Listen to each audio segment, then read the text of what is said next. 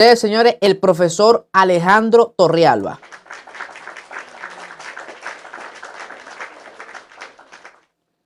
Buenas noches, estimado Kilómetro, pero qué gusto de estar aquí contigo en esta plataforma donde siempre están los mejores. Entonces me siento honrado de estar aquí contigo. Profe, ya usted calificó y probó de qué está hecho y es una voz autorizada de análisis en cuanto al tema venezolano. Desde la última vez que hablamos, se pronunció el vicepresidente, se pronunció el hijo de Donald Trump. Llegó, no sé si es un coronel o un general, a Puerto Rico. Llegaron helicópteros, no sé cómo es que es el nombre, cómo es que Osprey, ¿cómo es que? Los que son así, ¿sabe cuáles son? Sí, claro, sí, lo mejor de lo mejor. Ok, y han pasado tantas cosas, profe, pero yo necesito una voz autorizada como la suya en este tema. Deme su análisis para todo Venezuela y el mundo. Osprey, ahí lo escribieron, Osprey. Muchísimas gracias. Efectivamente, Kilómetro, hoy el secretario de Guerra de los Estados Unidos, hace unas pocas horas, creo que más claro no lo pudo decir. Los soldados, las Fuerzas Armadas no están en el Caribe para una práctica, no están practicando, están para una misión. Yo creo que al buen entendedor, pocas palabras. Si ustedes escuchan atentamente lo que dijo, cada palabra lo que dijo, nos está diciendo lo que nosotros hemos venido hablando ya por varias semanas, Kilómetro, que algo grande está a punto de ocurrir en Venezuela y es la libertad. Venezuela va a ser libre, Kilómetro. Amén. Y pronto vamos a estar tú y yo en diciembre comiendo hallacas y celebrando por allá. Y bueno, quería hablar contigo, Kilómetro, porque yo tengo la libertad de Venezuela está a las puertas. No tengo la menor duda de eso. Pero me gustaría hablarte un poco del aspecto geopolítico, que creo que es el motor de lo que está ocurriendo aquí. Y quiero contextualizar, ¿no? Esta situación de lo que está pasando en Venezuela, porque muchos hermanos venezolanos me dicen, profe, yo ya no creo, hemos estado en esto por 26 años, nos han dicho que Estados Unidos va a venir, nos va a liberar. Vea, ahora es muy diferente de hace 26 años, 25 años, aún 20 años. Hace 20, 25 años, Estados Unidos era la única potencia en el mundo. Estábamos en un mundo unipolar, donde Estados Unidos era el único actor en el sistema internacional. Ahora ya no es así, Kilómetro. Vivimos en un mundo multipolar, donde China y Rusia están compitiendo por el poder en el escenario mundial y el hemisferio occidental se ha vuelto a convertir para los Estados Unidos en una área de influencia y vital que no puede descuidar. Entonces, para contextualizar esto en la historia, estamos regresando a la Guerra Fría. A la Guerra Fría. A la Guerra Fría, cuando los Estados Unidos tenían los ojos puestos en Hispanoamérica, utilizaba guerras de guerrillas, diferentes medios para poder evitar que el comunismo se propagara en Hispanoamérica. Entonces, y aquí voy a establecer mi tesis rápidamente para que puedan entender lo que les voy a decir, porque lo que ustedes ven en la narrativa oficial de los noticieros, en las redes sociales, es que los Estados Unidos va detrás de un narcotraficante, el cartel de droga, Los Soles, el de Los Soles, que yo también lo creo así. Vio las declaraciones del hijo de Trump hoy, hace como 3, 4 horas.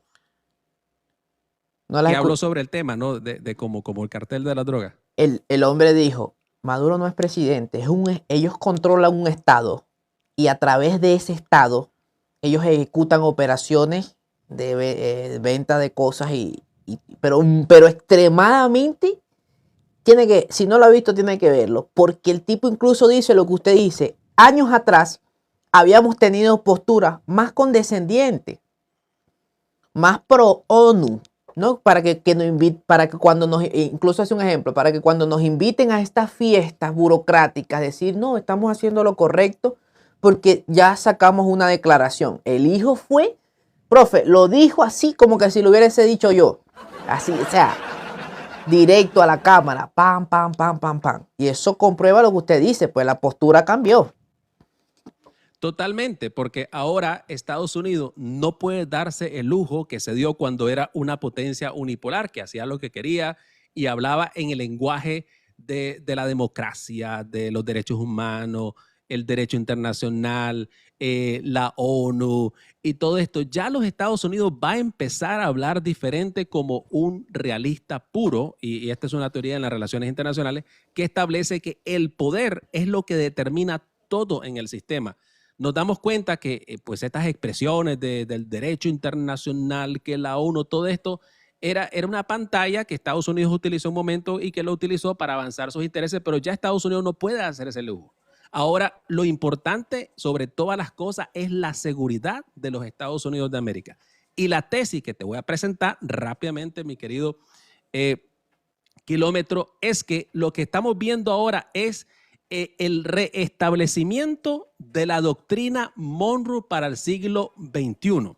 Si bien es cierto, la variable del narcotráfico es muy importante porque mata a miles de jóvenes y niños estadounidenses todos los años. Maduro mata a estadounidenses con la droga. América para los americanos, la doctrina Sí, Monroe. la doctrina Monroe, y eso es un concepto geopolítico porque todas las grandes potencias tienen una esfera de influencia y es un asunto de seguridad.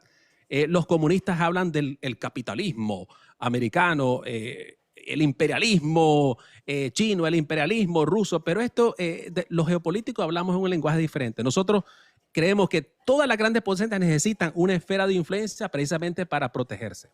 ¿Cuál es la esfera de influencia de los Estados Unidos? El hemisferio occidental, Hispanoamérica y donde el Caribe. Entonces, lo que está ocurriendo ahora es porque, Kilómetro, entramos en una competencia despiadada con China y Rusia. Estados Unidos está restableciendo esa doctrina de dominio sobre el hemisferio occidental y va a utilizar todos los medios que son necesarios, en este caso el poder militar, para expulsar a los intereses de otras potencias, en este caso China, Rusia e Irán, que tiene conexiones muy importantes en Venezuela. Entonces, el tema de Venezuela, si bien es cierto, por supuesto, tenemos la variable del narcotráfico, que se utiliza como un medio jurídico y político para justificar una agresión dentro de la doctrina de la guerra, ¿verdad? Se utiliza como un arma geopolítica, pero el motor de esto es expulsar a fuerzas externas que China, Rusia Irán. Y te voy a mencionar dos ejemplos rápidos para que la gente vaya haciendo las conexiones. ¿Te acuerdas, Kilómetro, cuando Trump dijo que Canadá iba a ser el estado número 51? Hace poco, hace unos meses. ¿Te acuerdas cuando dijo que el canal de Panamá, si teníamos que tomar el canal de Panamá con la fuerza, lo íbamos a tomar? Porque los chinos estaban apropiando. ¿Ah? Y lo recuperaron. O sea, todas ese secretismo que había de empresas chinas comprando sectores del canal, eso se fue por la borda, pues se dieron cuenta a tiempo y recuperaron el canal. Llegó Marco Rubio y los puso, se sentó con ellos y les dijo, bueno, ustedes tienen dos opciones aquí. O negociamos esto a las buenas o utilizamos el poder de la fuerza militar de los Estados Unidos para tomar este canal, porque este es un sitio sumamente estratégico e importante para la existencia de los Estados Unidos como superpotencia. Entonces, lo que quiero informar aquí es que los Estados Unidos como superpotencia está retomando esto por un asunto de seguridad. Esto no es porque Estados Unidos sea malo o sea bueno, sino que las grandes potencias se comportan de esta manera por un tema de seguridad. Que el petróleo es importante también, pero es un tema, repito, de seguridad. No, y se volvió secundario por el hecho de que Venezuela lamentablemente no existe infraestructura petrolera como para...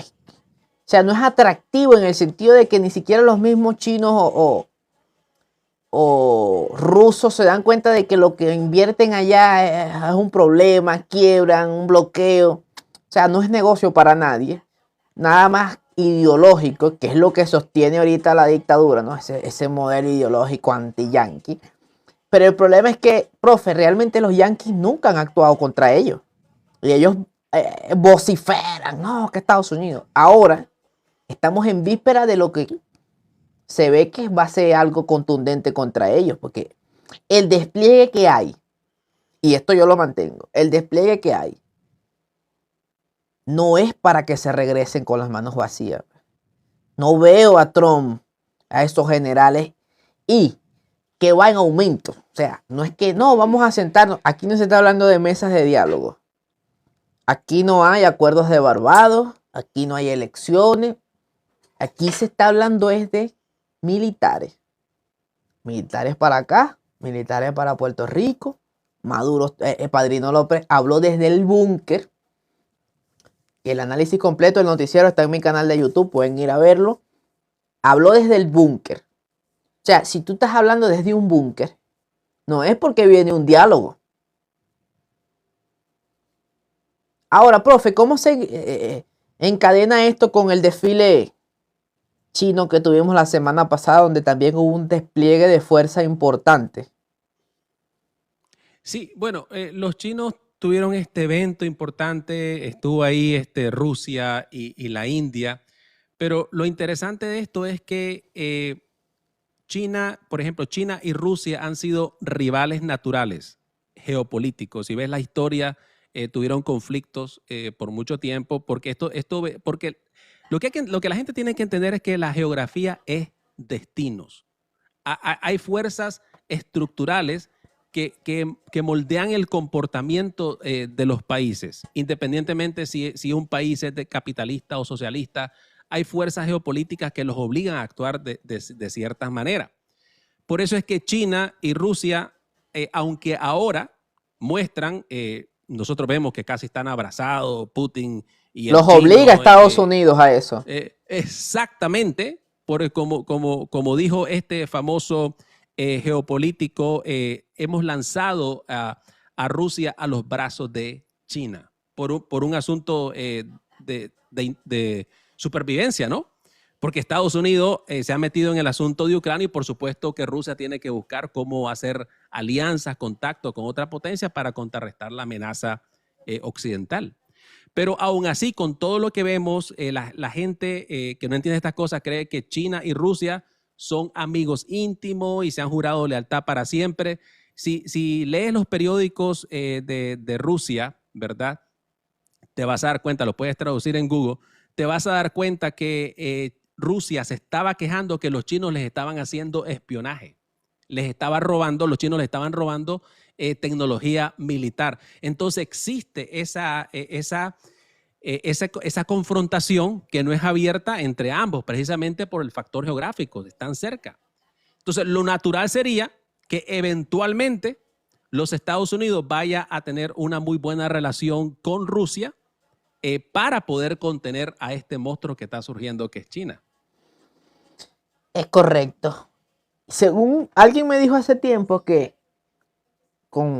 concatenado a lo que me está comentando, que Estados Unidos va a afianzar su hegemonía en el continente y que para 2029 la lucha será por África contra China. Pero que en esa lucha de tener aliados, pues, porque la gente dice, no, que no somos colonia gringa. No, no es colonia. Es que tú, en tu zona de influencia, tú quieres tener gobernantes, aliados que vayan en una misma línea, ¿me entiendes? Que compartan tecnología, que compartan información, que sean aliados estratégicos. Entonces, no es que ustedes, porque eso es lo que dicen los chavistas, no somos colonia de nadie. Ya, pero es que tú eres, ahorita están en el eje Irán, China y Rusia. Y ustedes no son colonia de ellos. Simplemente que a Venezuela, económicamente, principalmente, le conviene el eje occidental. Le conviene Estados Unidos. Eso es, saque la cuenta, el país que más consume petróleo, con la mejor tecnología para la explotación y la divisa que gobierna el mundo, con el país que más demanda dólares, que la población prácticamente dolarizó su economía, con las mayores riquezas en petróleo en el mundo. O sea, técnicamente nosotros necesitamos a Estados Unidos y ellos nos necesitan. Entonces, geopolíticamente, estas potencias Buscan eso, aliados estratégicos que los ayuden a mantener hegemonía en su hemisferio. Entonces, lo que dice... Adelante. Has mencionado algo muy importante, Kilómetro, que no todas las personas que están conectadas aquí entienden lo que acabas de mencionar. La importancia de Hispanoamérica saber gestionar su relación con el gigante, que es Estados Unidos de América. Obvio. Y ahí es donde los chavistas, y ¿cómo le explicamos esto a un chavista que tiene en la cabeza que el imperialismo yanqui, que nosotros somos soberanos, hacemos lo que queremos? No. Yo le digo a los chavistas, ¿cómo quieres que te explique esto? ¿Te lo explico como una película de Disney o quieres que te lo explique tal y como la realidad es? Porque hay dos formas de hablar. La realidad. ¿Cómo nos gustaría que fuera y cómo es? Venezuela, Costa Rica, Nicaragua, Hispanoamérica no tiene ninguna otra alternativa más que seguir las directrices del gigante que es Estados Unidos de América, punto. De la misma manera que Ucrania, por mucho que quiera ser soberana e independiente, no tiene otra opción que estar bajo la influencia poderosa de ese gigante Rusia. oso que se llama Rusia. De la misma manera, China tiene su esfera de influencia también y estas otras pequeñas potencias, pequeños países, no tienen opción, porque esa es precisamente la raíz del problema de la guerra entre Rusia y Ucrania, que Ucrania trató de salirse de esa esfera. ¿Y cómo le fue? De Rusia, le fue una invasión. Y ahora es lo que está ocurriendo. Ahora yo también les digo a ellos, si ustedes quieren ser los hijos de Bolívar y parársele de frente a la superpotencia, ustedes tienen que convertirse en una superpotencia. ¿Ves? Pero ese modelo que ustedes pregonan, socialista comunal, ¿ves? Un modelo comunal superpotencia. Si ustedes quieren ser realmente los hijos de Bolívar, conviertan a Venezuela en una superpotencia. Para ser una superpotencia, tienen que tener una economía sólida, fuerte, infraestructura, tecnología. En Venezuela se habla si fueron a comprar el gas, si trajeron el gas, si llegó el agua, si no llegó el agua. La superpotencia, están hablando de aviones caza de quinta, de sexta generación. Están hablando de tecnologías de IAS. No, están hablando de computadoras cuánticas. ¿Me entiendes? Entonces, ellos no quieren ser superpotencia, pero no quieren, entonces, tomar la postura de que somos un país tercermundista y tenemos que negociar con los grandes del hemisferio para que nos vaya bien. Entonces, no logran ser superpotencia, pero tampoco van y negocian con el grande del continente. Entonces, ¿qué es lo que pasa? Lo peor.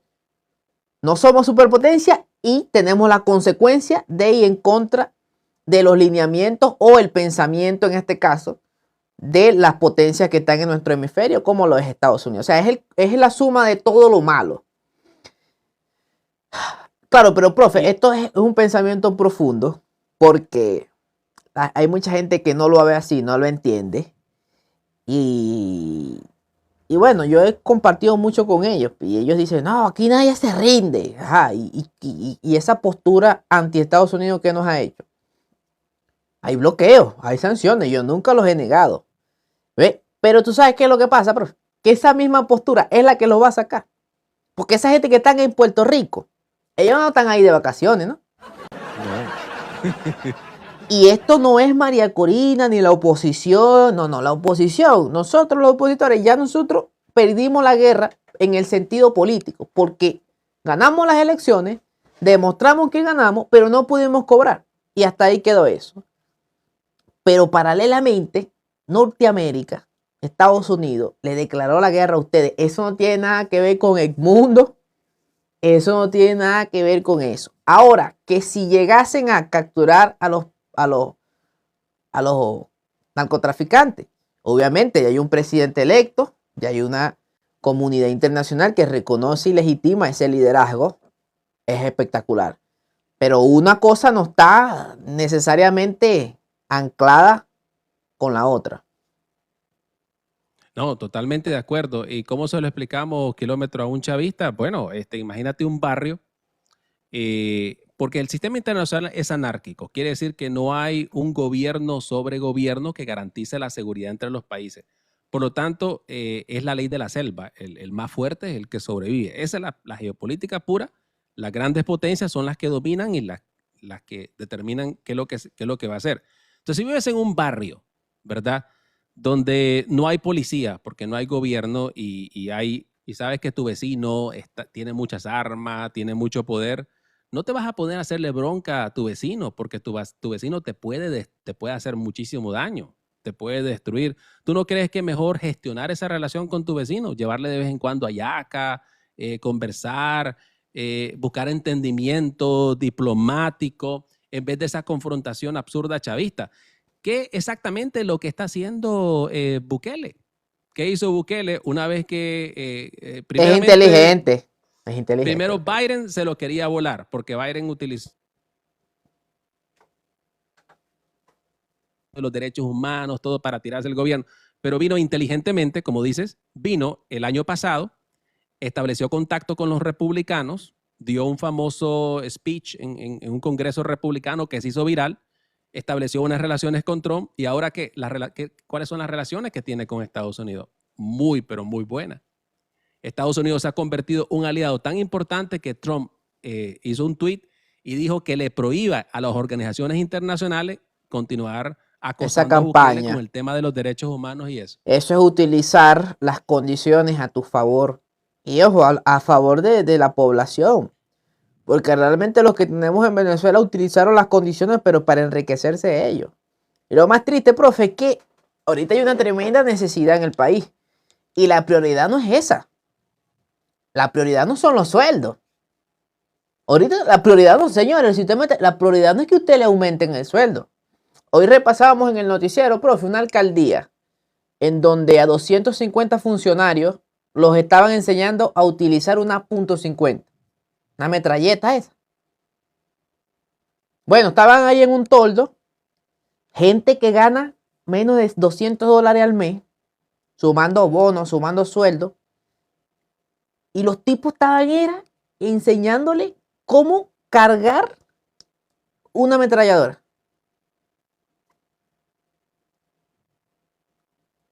Ahora, profe, según usted, y el despliegue y lo que se ha hablado, Norteamérica, ¿qué opciones reales, si usted fuera Maduro hoy, qué opciones reales, qué usted haría? Usted es Maduro, hoy lunes, con todo lo que hay en el Caribe, con todo lo que hay en Puerto Rico, con todas las declaraciones. ¿Qué haría para salvarse o para salir de este aprieto?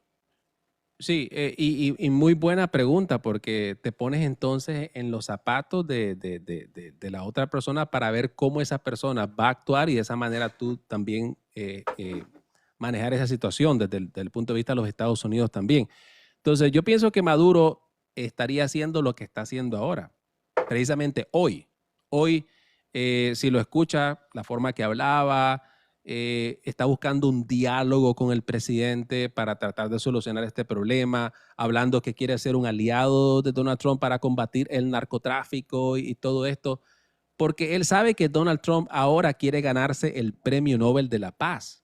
Ahora, de hecho, yo he pensado hasta ahora de que una de las razones por la cual Trump no ha dado la orden, vayan ya, es porque quiere ganarse el Premio Nobel de la Paz. Y él habla todo de 7 guerras que ha logrado gestionar, ¿no? Para que se paren esa guerra y aún la guerra de Rusia y Ucrania, que está trabajando muy fuerte en eso.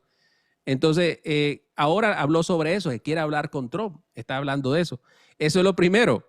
Lo segundo, ya después, eso fue antes que hablara el secretario de guerra. Después de que habló el secretario de guerra, yo estaría llamando ahora a Trump y diciendo, me rindo. Y el ojo, a mí me sorprende, lo repasamos en YouTube, en el noticiero, vayan a verlo, porque el vicepresidente realmente yo no recuerdo que haya hablado algo contundente acerca del caso de Maduro, ¿no? O de Venezuela o de los narcos. Y el sábado creo que zumbó ese tweet allí de que la mejor manera de utilizar nuestro arsenal es a los narcos. O sea, eso es como que el calladito del salón no habla, ¿no? Nada, no habla nada. Y de golpe tira Entonces, no es solo Marco Rubio. Se pronunció la semana pasada el jefe del Pentágono. Se pronunció el del FBI. Se pronunció, obviamente, Marco Rubio, secretario de Estado. El vicepresidente contundente, señor. Yo creo que las palabras más contundentes son las de él. Y el que fue de la seguridad de Trump, ¿cómo es que? El secretario de seguridad, que ya está retirado, pero que también lo están utilizando como puente para canalizar muchas cosas. Pero yo no es Bolton, ¿verdad? Ajá, no, otro. Que fue el asesor de seguridad que está en Ese, problemas ahora. el ex asesor. Entonces, si yo fuera Maduro, yo hoy estuviese ya negociando mi salida. Y los que queden ahí, que solucionen su peo. Porque se están jugando la vida. O sea, con los gringos, hermano, es otra cosa. Yo no sé si ellos no han visto a esos tipos actuando. Y yo lo dije en un video, esos tipos son violentos. Los gringos Norteamérica no temen usar la fuerza. No temen usar la fuerza. Imagínate que esto salió en el New York Times recientemente, creo que ayer fue, antier o ayer, que lo leí, que hubo una operación de los Navy SEALs en Corea del Norte durante la primera administración de Donald Trump. La operación consistía en poner material electrónico para poder detectar las llamadas telefónicas del gordito chino, ¿no? De Corea del Norte. Entonces se fueron en submarino pequeño. Cuando llegaron a la costa, por accidente, un barco ahí civil los iluminó y los Navy SEALs se sintieron descubiertos e hicieron lo que tenían que hacer. Ya sabes qué. Ya sabes qué, los pulmones los tiraron al agua porque yo no sabía que al hacerle eso a los cuerpos los tiran y se hunden. O sea, estos gringos, porque esto confirma lo que estás diciendo, estos Navy SEALs, esta gente en los militares no tienen conciencia de nada. Cuando van a la misión, listo, compadre, tienen la sangre fría para matar. Entonces, ¿qué es lo que yo creo con relación a esto? Porque yo creo, yo ya sé para dónde vamos aquí y te lo voy a decir lo que yo creo. ¿Qué es lo que usted cree, profe? Ya el presidente de los Estados Unidos dio la orden. Aquí solamente estamos esperando el cuándo y el cómo. Pero la orden ya la dio el presidente. Y lo que estamos escuchando, como dice nuestro amigo Wilmer, el opositor político venezolano, que dice, habrán señales. Y yo creo que a estas alturas ya hay muchas señales y el panorama se ve más claro de que el golpe viene. Y esto tengo como 8 videos que ya lo he dicho. No lo voy a decir aquí para proteger tu canal, pero yo lo digo claramente. Aquí Estados Unidos va por la cabeza de Nicolás Maduro. Ahora, ante un escenario así, según su análisis, ¿qué capacidad de respuesta tenga el régimen? Bueno, el Estado venezolano, o más bien los venezolanos son paternalistas. Este es como parte de la cultura. Yo me acuerdo que veían a Chávez como que fuera Jesús de Nazaret y aún lo siguen viendo, lo ven a Chávez como un gran personaje, algo así como un santo. No sé cómo podría explicarlo, pero es algo muy religioso. Entonces, lo que yo pienso, mi teoría es al decapitar completamente a la cúpula chavista, Diosdado Cabello y a Maduro, yo creo que debilita completamente el régimen. El régimen se cae solo porque no tienen ese líder, esa figura que era el máximo, ¿no? El dictador, el tirano que ellos veían casi como a un dios. Se cae el sistema. Lo que sí me preocupa, es el caos que va a ocurrir, porque va a ocurrir un vacío de poder. Un vacío de poder, No, porque...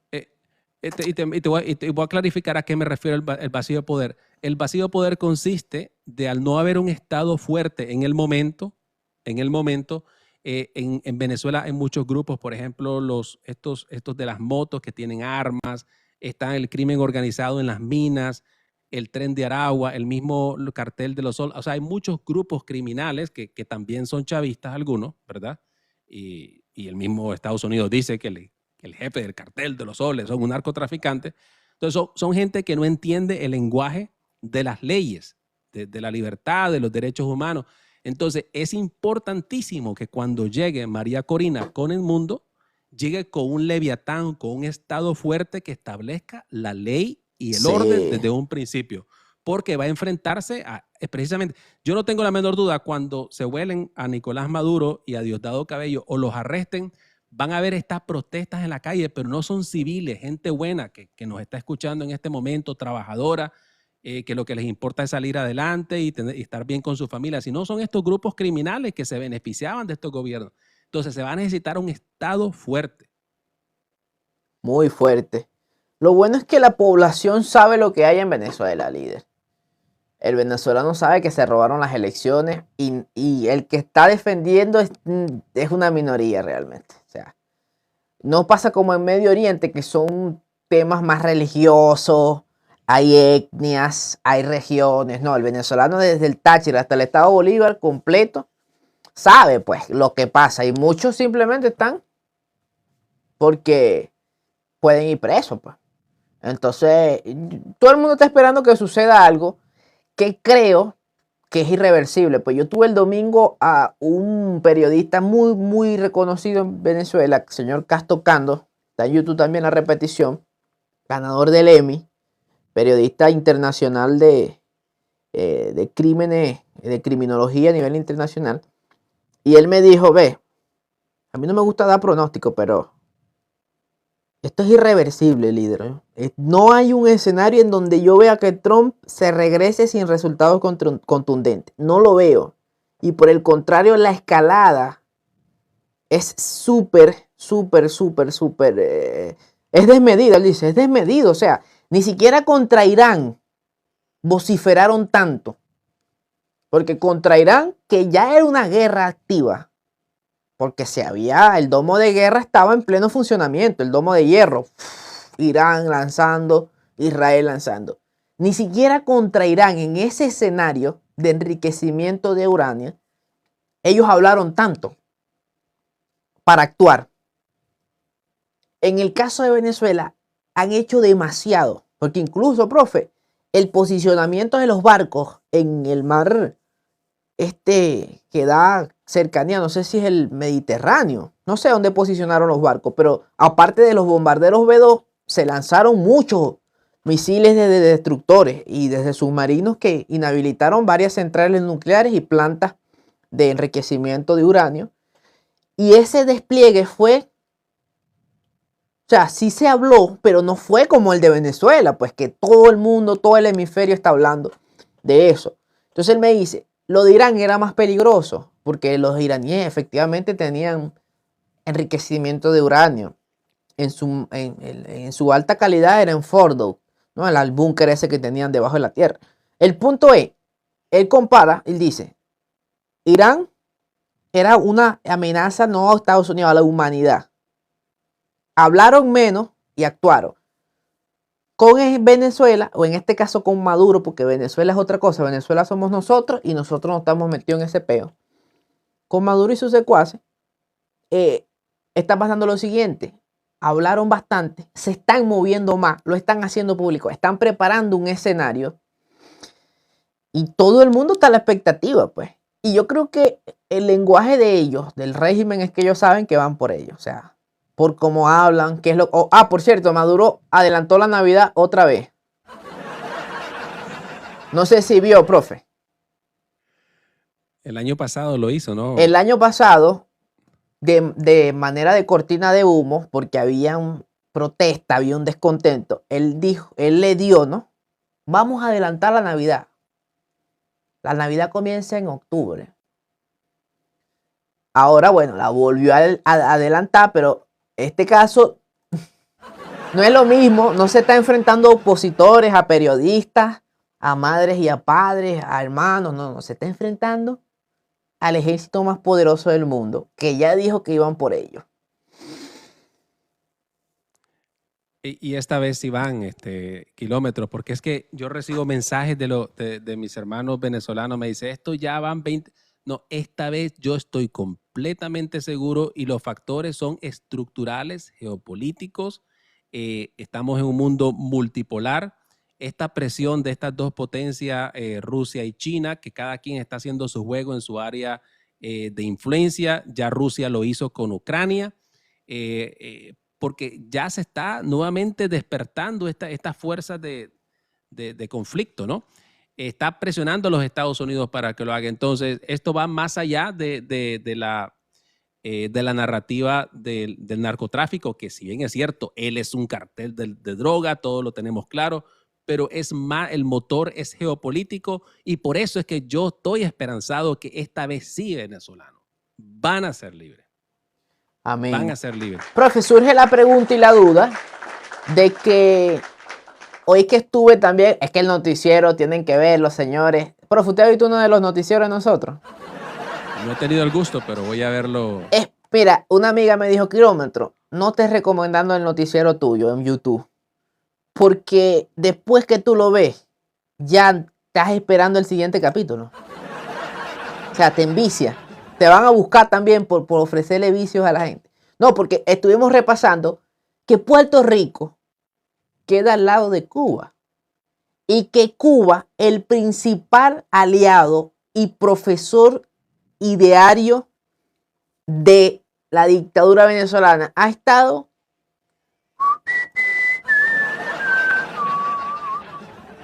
porque imagínense, ellos desde la isla de Irán, aquí tan cerquita, están ahí.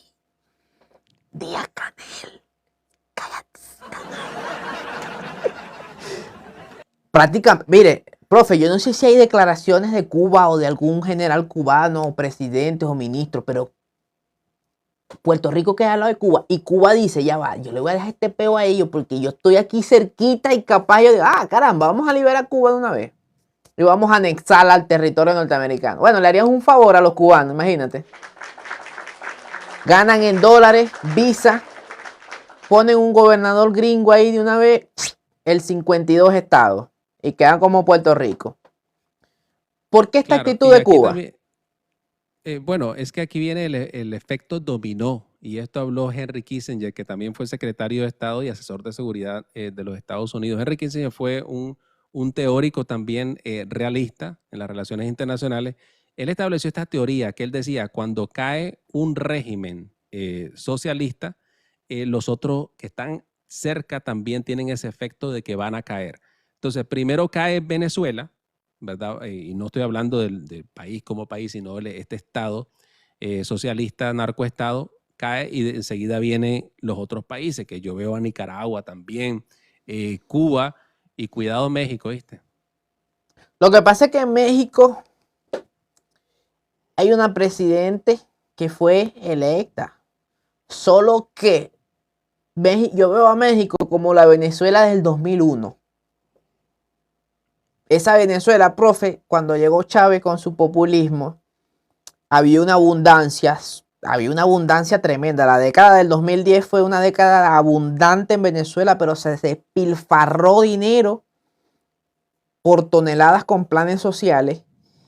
Y claro, cuando los precios del petróleo se normalizaron, que ya lo de la situación en Irak había cambiado, se normalizaron los precios del combustible y nosotros quedamos con una deuda social gigantesca. Bolsas, regaladeras de casa, corrupción desmedida. Yo estuve con la presidenta de una organización que se llama Transparencia, que es a nivel mundial, y estuve con la directora ejecutiva de Transparencia Venezuela, que es el bloque venezolano. Ella me dice, nosotros tenemos 235 casos comprobados, certificados, solo que nosotros no somos un tribunal, simplemente somos una ONG que se encarga de la investigación sobre el desfalco a nivel de corrupción en los estados. 235 casos en más de 30 países, o sea que se lavó el dinero en 30 países, 69.000 millones de dólares. Solo en esos 235 casos, 69.000 millones de dólares. Ella me dice, es más, es muchísimo más, porque obviamente hay dinero que tú no puedes rastrear. Hay criptomonedas que obviamente no se pueden, hay cosas que no son tan físicas como para rastrearse. Pero el punto es el siguiente. México está en una posición muy privilegiada hay una abundancia, es una de las monedas más sólidas en este momento, pero están llevando ese modelo. De hecho, la presidenta fue a Cuba a rendir cuentas recientemente. Yo me acordé claramente, Chávez en el 2001, en el 2000. Profe, Venezuela tenía tanta plata cuando llegó estos tipos al poder, que yo me acuerdo que había un tío de un amigo que yo fui para la casa de él, de la escuela. El tipo tenía mucha plata y ellos cambiaban de carro porque él era un funcionario de una empresa básica de allá de la ciudad mía. Las empresas básicas en Ciudad Guayana, en el estado Bolívar, profe, hay mucho material, bauxita, hierro. El estado Bolívar es demasiado rico en cuestiones del aluminio. Entonces hay empresas que prácticamente mantienen esa ciudad. Los tipos cambiaban de carro anualmente.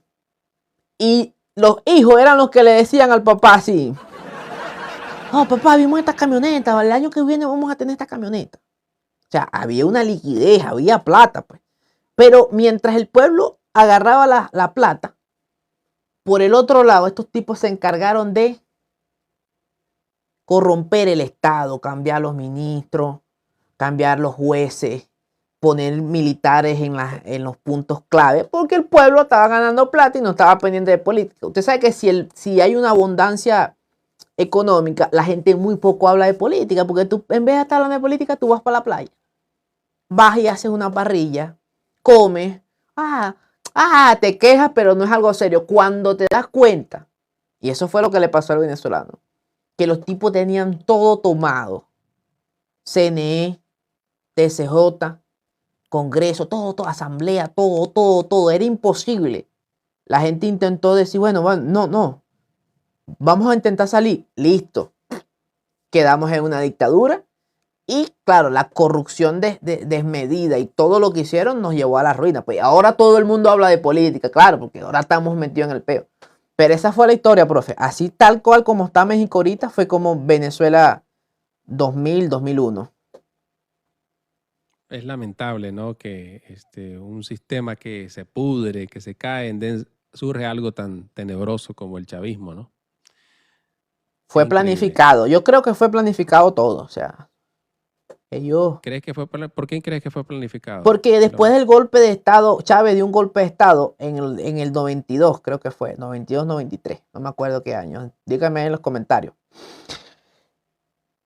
Él da el golpe de Estado, él cae preso, y después que cae preso, él sale por un indulto presidencial de un 92, fue, de un presidente llamado Caldera, años después. Y lo primero que hace Chávez es ir a Cuba. Entonces, eso me dice a mí que ya él venía de una escuela, ya venía de una línea, y después que Fidel lo recibe allá, le da las pautas de cómo él va a llegar al poder. ¿Ves? Porque ese fue el plan. Ellos quisieron tomar Venezuela por la fuerza, no pudieron. Y después que él sale de ese arresto, él recibe las verdaderas instrucciones de cómo con un populismo y como Chávez era carismático, se ganó a la gente y la gente creyó y votó. Y Venezuela es una escuela efectiva del modelo cubano. O sea, yo creo que Venezuela va a quedar como un precedente de que este modelo es capaz de doblegar una nación entera, porque de no ser por los Estados Unidos, la dictadura no sale de aquí a 1000 años, 100 años. No, pero algo que hemos aprendido, Kilómetro, Marco Rubio lo tiene bien claro, que las sanciones económicas no funcionan. No funcionaron en Cuba y no vamos a estar por eso con más sanciones económicas porque no funcionan. A lo que Estados Unidos sabe lo que sí funciona, y es el plomo. Enfrentarle a estos narcotraficantes, a estos criminales con la fuerza. Es la única manera, porque de lo contrario se quedan ahí. Porque por medios democráticos ya tienen un nuevo Edmundo González, el presidente. O sea, por ese medio tampoco funciona Kilómetro, ni por el medio democrático, ni por las sanciones. Entonces la única forma es una con la fuerza. militar de los Estados Unidos, qué es lo que va a ocurrir, pero va a ocurrir, insisto, por razones geopolíticas, no por las que estamos escuchando, y eso debería de animar a todos los venezolanos. Que La gente está animada, pero tiene miedo. Porque el problema de que cuando caen estos regímenes totalitarios, no es que caigan, es que se llevan a mucha gente por su maldad y su codicia y su avaricia.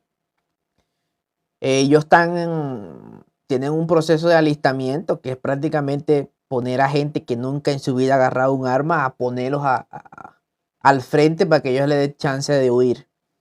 E incluso Hitler en Alemania, cuando estaban en la batalla de Berlín y llegaron los soviéticos, hay un documental, profe, que es demasiado triste.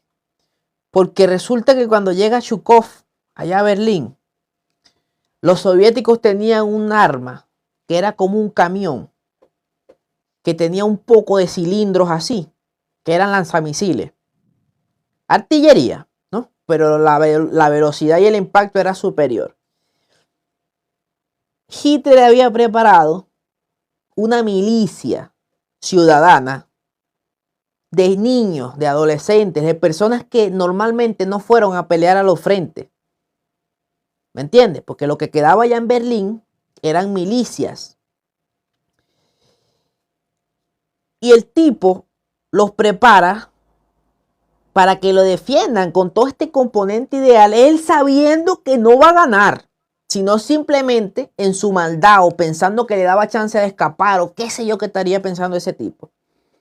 Cuando llegan los soviéticos, que fueron los primeros que llegan a Berlín, reciben disparos desde la capital, fuego, artillería liviana, balas, municiones.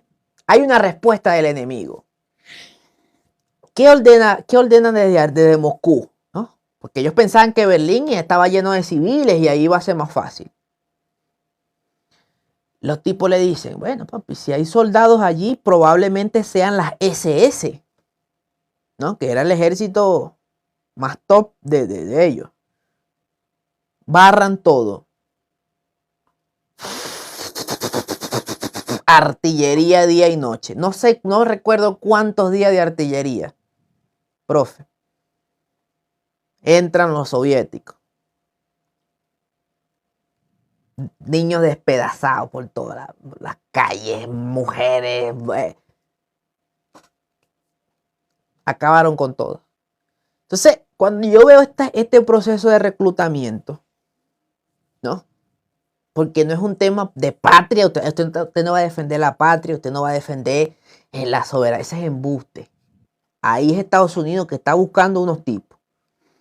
Yo pienso y me da miedo, profe, de verdad me da miedo que estos tipos en su último acto quieran llevarse a mucha gente inocente por el medio. Ahora sí. Lo que creo que lo que va a ocurrir es una decapitación. No va a haber una intervención masiva militar de los Estados Unidos porque se necesitarían de 150 a 200,000 Marines. O sea, lo que está en este momento en el Caribe no es para ese tipo de intervención que mencionas el ejemplo, ¿no? En Berlín, cuando entraron los soviéticos. No, aquí lo que vamos a ver es que tú vas a recibir una notificación, kilómetro, que ya Nicolás Maduro no está entre los vivos. O lo agarraron.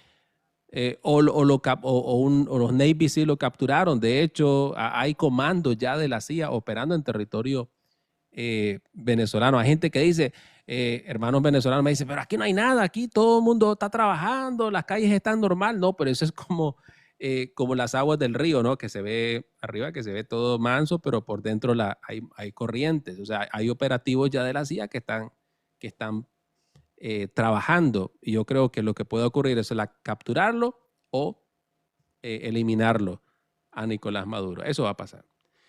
Entonces, una vez que ocurra eso, como los venezolanos son paternalistas, ven a su figura, yo creo que se va a desboronar todo la cúpula chavista.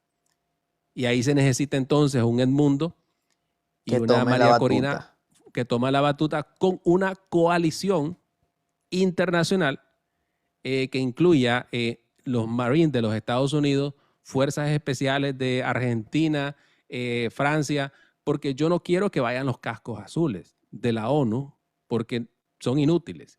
Lo que se necesita en Venezuela es gente que sepa combatir, que sea esta coalición que vaya a trabajar con el nuevo gobierno de María Corina, porque ahí se van a enfrentar a los colectivos, y los colectivos son individuos muy, pero muy violentos y están armados. Llega un Claro, casco azul, ahí. no le va a hacer frente. Tiene que ir una fuerza letal ahí para traer la orden en Caracas, Claro, es que para ¿cierto? reconstruir el Estado tienes que hacerlo de la mano de otros que no puedes hacerlo de la mano de los cuales lo destruyeron. Eso es lógico. O Hay que sea, completamente, los jueces chavistas no pueden seguir siendo jueces, porque de lo contrario entonces no va a funcionar esto. ¿cuál es la Eh, justicia? exactamente, no jueces, aún policías, no sé, el ejército. Se tiene que completamente desmoronar, erradicar completamente el Estado tal y como existe en Venezuela, y instituir uno nuevo con el Mundo González. Todos tienen que ser, hasta ahí tú tienes que estar, Kilómetro, Ahí como estaremos. vicepresidente. No sé cómo vas a estar ahí. Yo voy a ser vicepresidente del Consejo Comunal Golpe de Timón. Profe, ¿usted sabe qué es un consejo comunal? Un consejo comunal, creo que es algo así como en Cuba, los comunistas tenían este grupo en los barrios, donde había un encargado como para informar al gobierno de lo que estaba pasando en el barrio, ¿o me equivoco? Es correcto. Un En Cuba. consejo comunal es un sector específico de un barrio compuesto por algunas casas. No sé, hay muchos más grandes, otros más pequeños. Y allí hay una persona que es la presidenta, casi siempre son mujeres, ¿no? No sé por qué. Son mujeres que reciben lineamientos del partido. A través de esos consejos se canalizan bolsas de comida, compras y distribución del gas, y se maneja todo este aparataje político de que cuando va un alcalde, el consejo comunal está aquí, está presente. Es como un control social en donde te meten servicio, ideología y adoctrinamiento de alguna manera, ¿no? Porque el Estado implementa los recursos que son de todo en eso, en financiar este tipo de cosas a nivel nacional. Entonces, claro, ya no es una junta de vecinos que es apolítica, que no recibe un lineamiento de Caracas, que cada quien puede apoyar lo que quiera, simplemente la junta de condominio como tal, o había otra palabra, junta vecinal, que es apolítica, que simplemente intentan resolver los problemas ahí con los vecinos, pueden llevar alguna carta a la alcaldía, a la gobernación. No, esto es política y adoctrinamiento, los hijos de Chávez.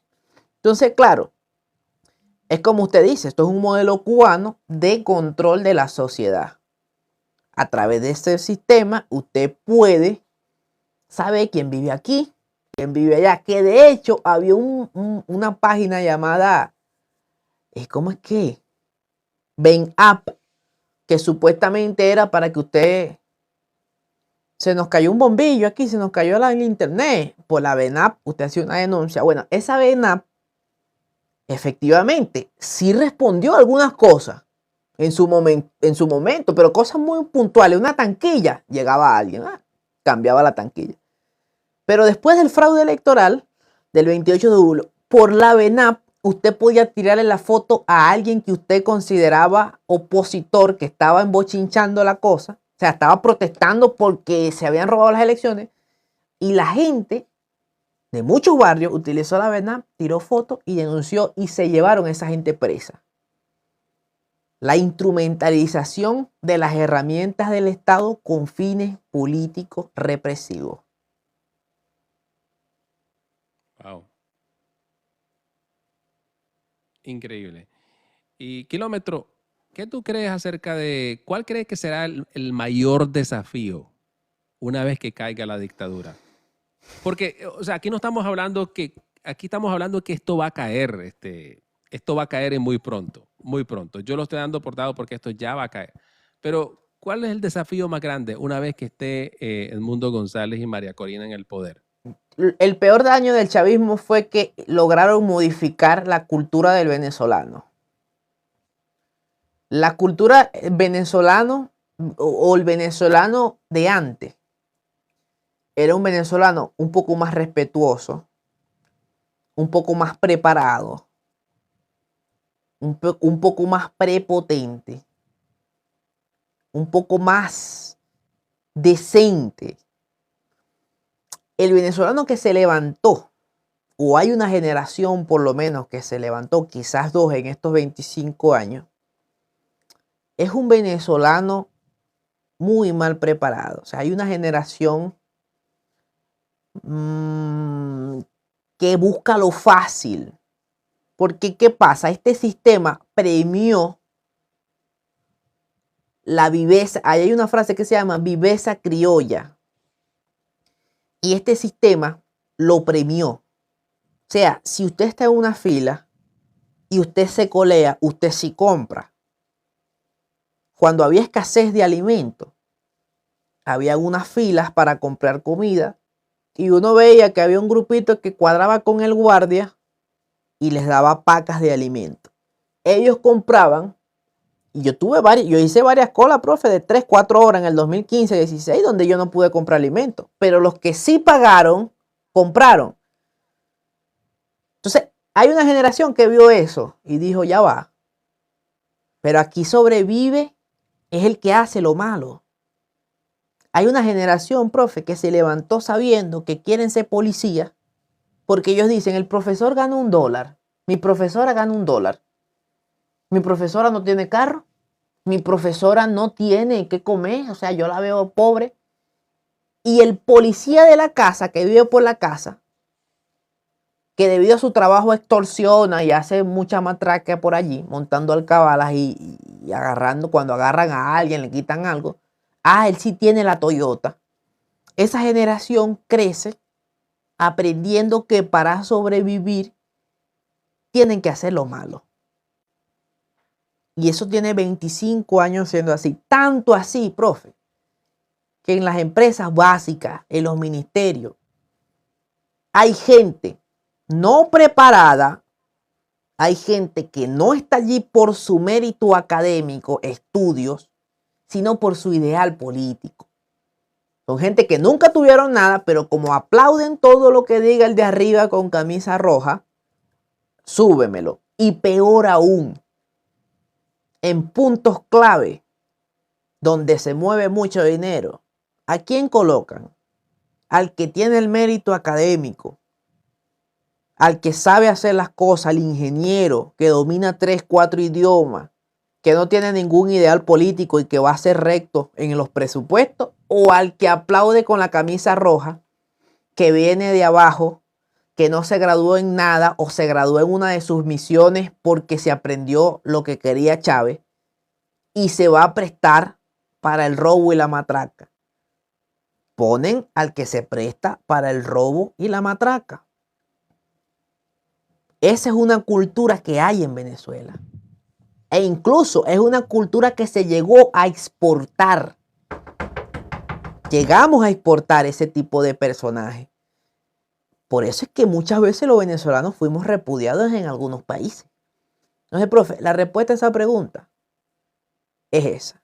Lo más difícil en cambiar en Venezuela va a ser la cultura. El gran desafío que has mencionado, y me acuerdo porque tú eres un hombre de fe que lees la Biblia, Éxodos, Dios libera a Israel de la cautividad de Egipto, Dios va a liberar a Venezuela de la cautividad del régimen chavista. No tengo la menor duda, Dios lo va a hacer. Pero recuerda, Kilómetro, que esa fue la generación que no No entró a la entró a tierra la tierra, prometida. a la tierra prometida, porque tenían las costumbres, las mentalidades de Egipto.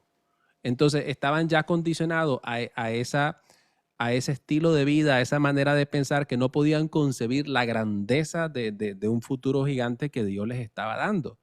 Entonces vemos aquí ahora, esto es la generación, los hijos de Chávez, que has ilustrado perfectamente bien. ¿Será que esa es la generación que no va a entrar? Pero los hijos de los venezolanos ahora, los niños, los jovencitos, son esos que los que van a entrar, los que van a hacer a Venezuela, otra vez la gran Venezuela.